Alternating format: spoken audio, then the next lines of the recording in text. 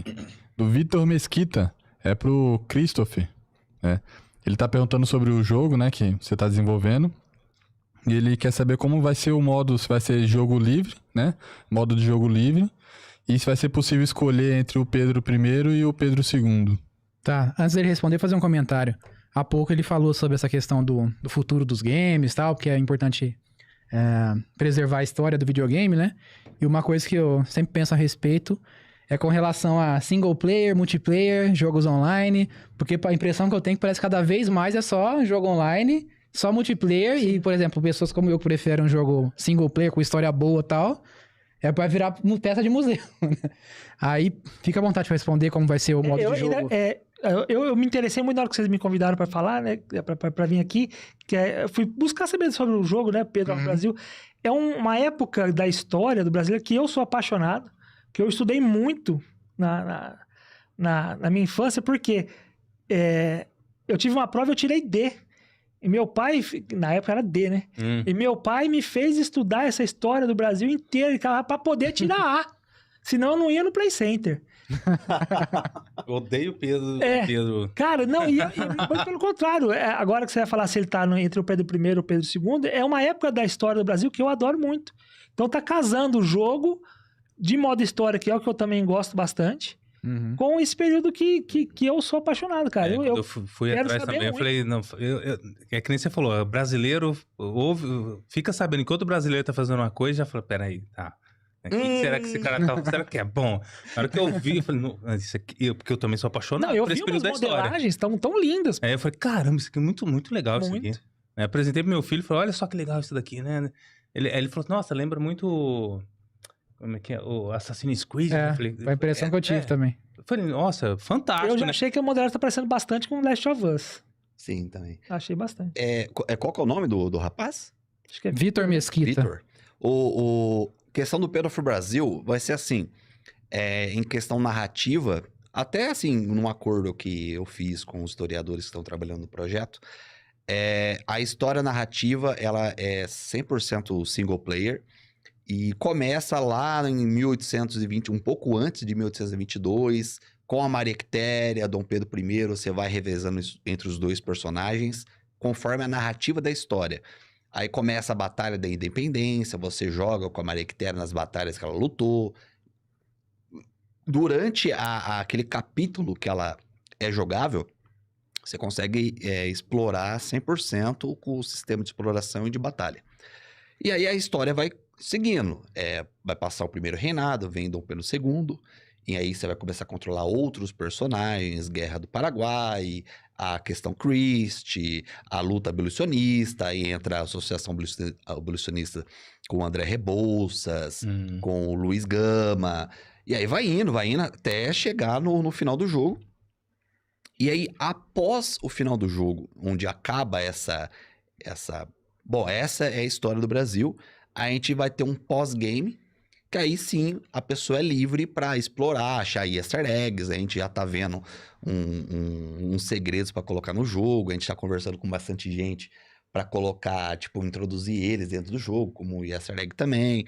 Tem muita gente tá pedindo, que a gente até brincou no 1º de abril, colocando um 14 bis, falando, gente, um novo modo, 14 bis lutando no espaço, e tudo. Não, gente, 1º de abril. Mas o povo tá querendo 14 bis. O 14 bis veio muito tempo, assim, não muito tempo, mas ele tá fora da linha cronológica. Mas, pô, a gente tá pensando em colocar no pós-game, você de alguma forma desbloquear um 14 bis só pra você jogar, assim, brincar no mapa. O mapa tá tão grande, o mapa do Rio de Janeiro vai ficar enorme.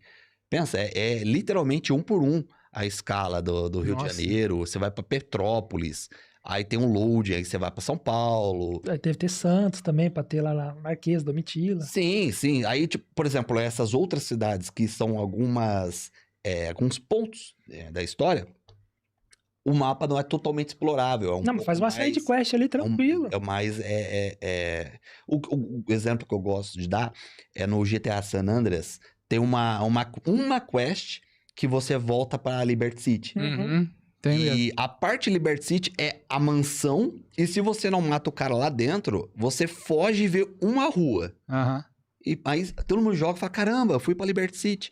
Sim. E é mais ou menos isso. Aí vai ter Nova York, Portugal, muitas partes que vão ser mais assim fechados, incluindo que eu acho que a gente vai falar daqui a pouco, Ribeirão Preto, Porto Ferreira, toda essa região que foi importante, que foi a última viagem que Dom Pedro II veio. Mas então, voltando a responder a pergunta,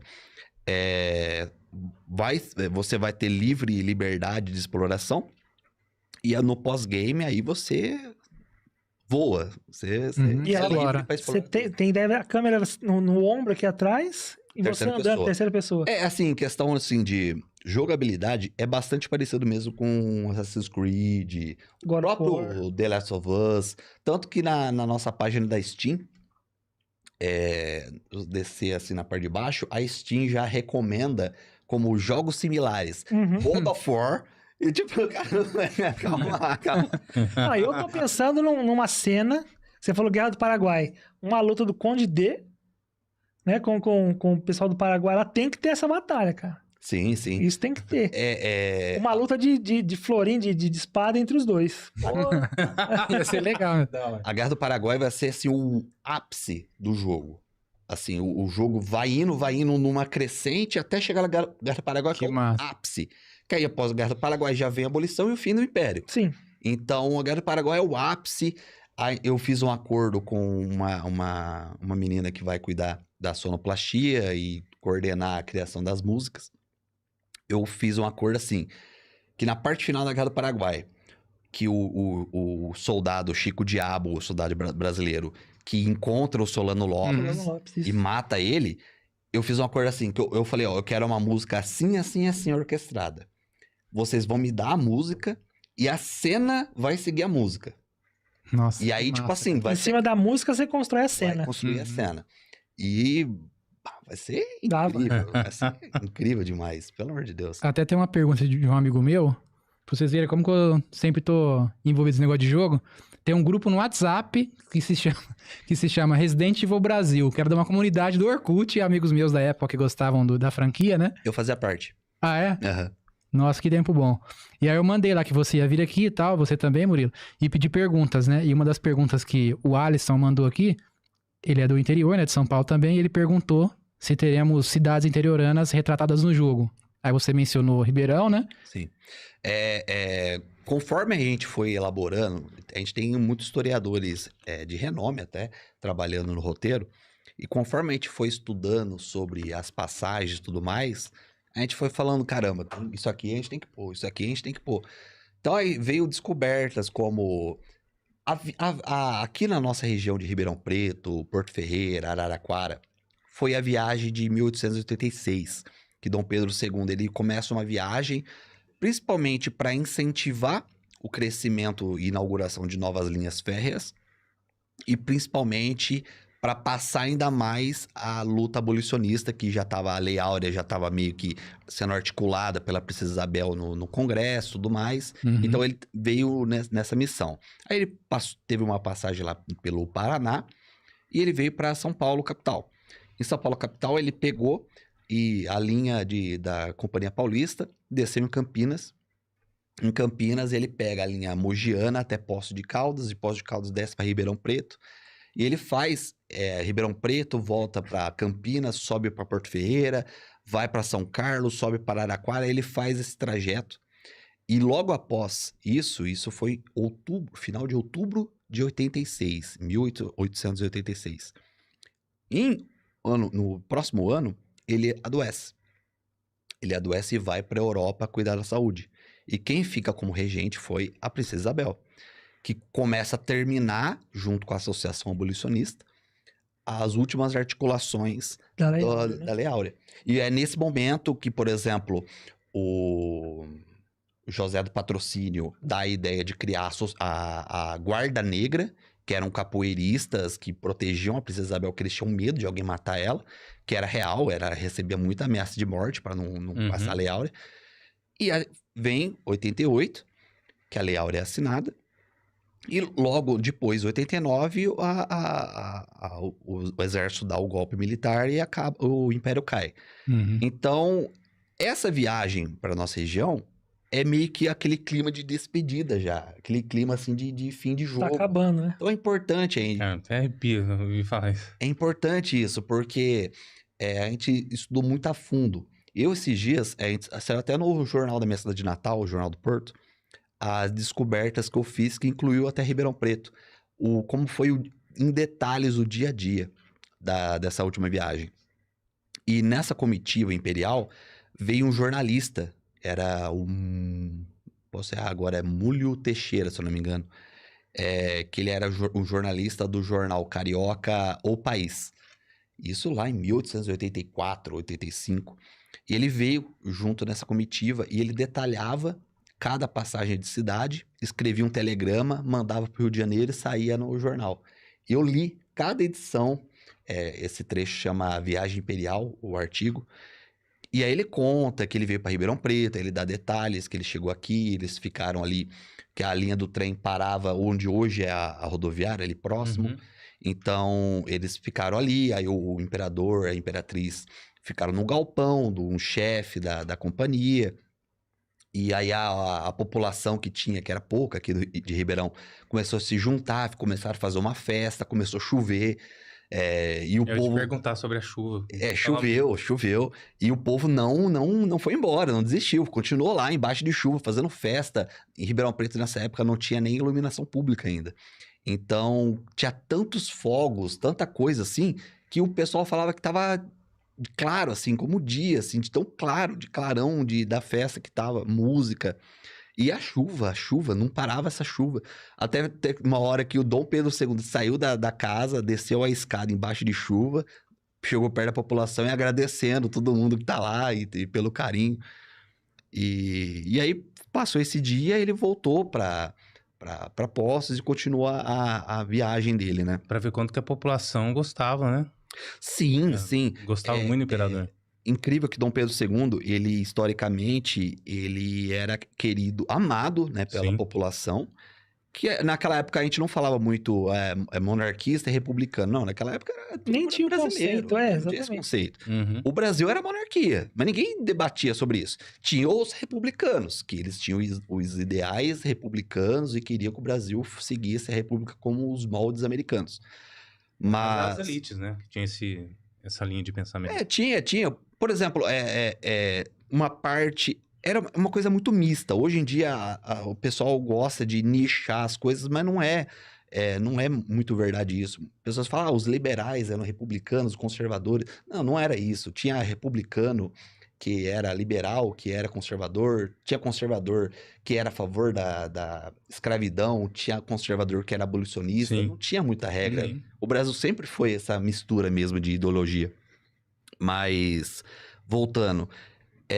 e tinham cidades nessa própria viagem, se eu não me engano, São Bernardo do Campo, que ele passou, que era considerado, segundo o jornalista, a cidade mais republicana que tinha.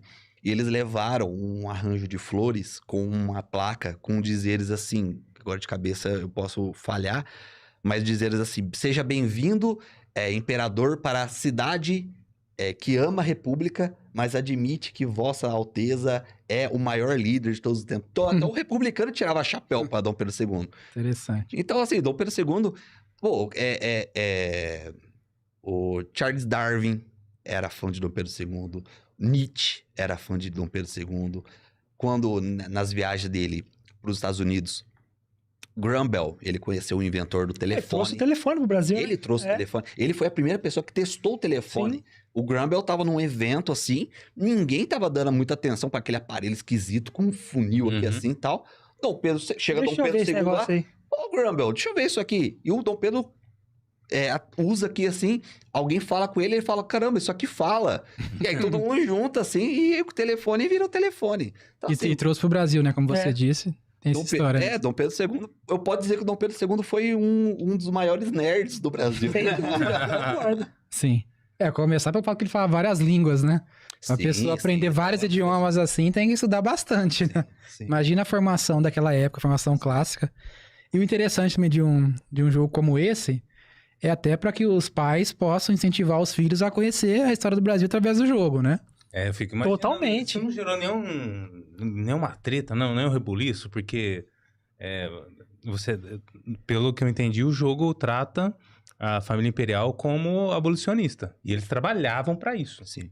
Né? E a história contada e que costumeiramente se conta nas escolas é que não, que na verdade a família imperial eles eram escravagistas, né? E que eles eram forçados por um grupo de fora a serem abolicionistas. Falam nos ingleses. Os ingleses.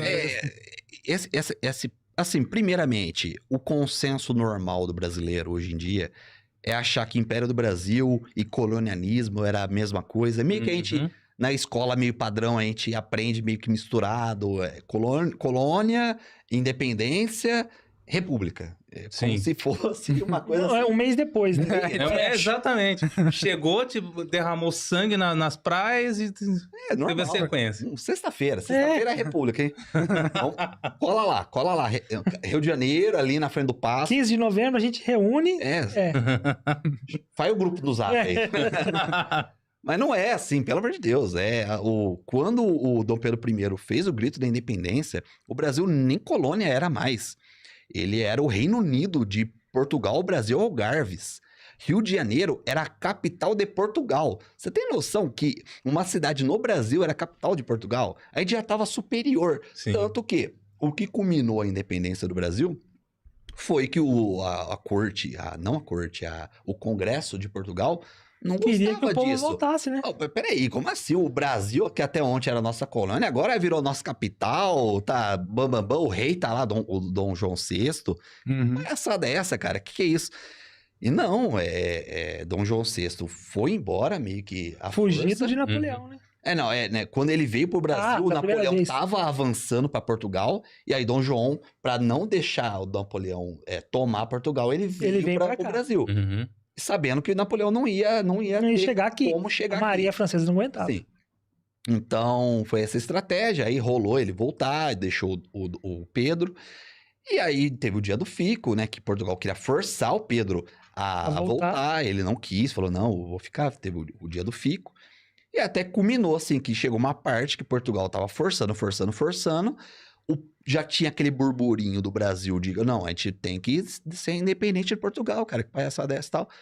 Aí o José Bonifácio, ele manda uma carta junto com a Leopoldina, falando, Pedro, se não for você, vai ser outra pessoa, e outra pessoa vai acabar deixando o Brasil cair nas migalhas. Então vai você, cara. Melhor ser você do que um de fora. Sim. Aí tem o grito da independência e tudo mais, aí o Brasil vira... É um caso até interessante, que a gente não fala muito sobre a personalidade de Dom Pedro I. Muita gente ainda fala, não, porque ele batia na Leopoldina. Não, isso é mentira. Nenhum historiador de renome fala isso. Ele era realmente mulherengo, ele traía, ele fazia umas barbaridades, assim, eu não meço palavras pra ele, não. Mas em questão, assim, de personalidade, ele era músico, ele já na viagem voltando pro Rio de Janeiro, depois do grito, ele já tava na cabeça com o toque do hino nacional, aí ele vai no piano e tira o hino nacional, que hoje a gente chama hino da independência, né? E aí vai passando, aí no segundo reinado, que vem Dom Pedro II, já com uma infância que ele passou sozinho, né? Porque a Leopoldina já era falecida, o Dom Pedro I voltou para Portugal, abdicou do trono, então ele cresceu sozinho, sob os cuidados de José Bonifácio, que logo também não ficou com ele, então ele teve um círculo de educação com austríacos e tudo mais, por isso que ele era um cara assim tão... erudito. Incrível. E muita gente não conhece essa parte, acha, não, porque eram escravistas, você que tem... Exato. Desde Dom Pedro I, todos os funcionários negros que trabalhavam no Paço de São Cristóvão eram libertos.